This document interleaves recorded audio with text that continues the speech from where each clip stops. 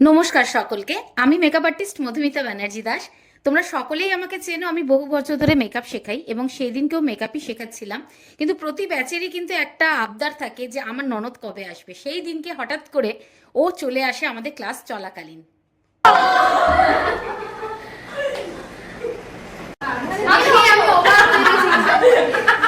অবাক হয়ে গেছো যে কখন আসবে দিদি, কোন দিন আসবে? তুলে নাও ছবি, যার যা তোলা। সারপ্রাইজ ছিল একদম। এই আরম্ভ হলো, এই আরম্ভ হলো।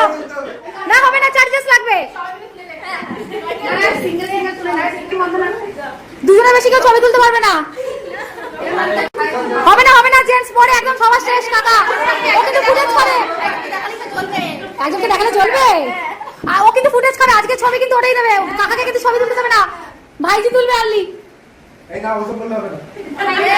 সাজে দেখো। খুশি রে, তুই কোথায় এসেছিলি রে? ওই স্নেহা যদি আসতো, ব্যাস ওকে ছবিটা দেখাবে। তুমি আজকে নেই। সত্যি তাই। ও যে কি করবে ও দেখে। ওই যে স্নেহা যে মডেলটাকে এনেছিলাম, সব ছবি তোলা আরম্ভ হয়ে গেছে। ওকে মানে খুব করে। কাকা বাদ অনেক ছবি তুলে নিয়েছে। তুমি তুলবে নাকি একটা? না, ওকে একটা ছবি। অ্যাক্ট্রেস রিপনা রায়ের সাথে ছবি তুলতে পেরে ওরা ভীষণ খুশি সেই দিনকে।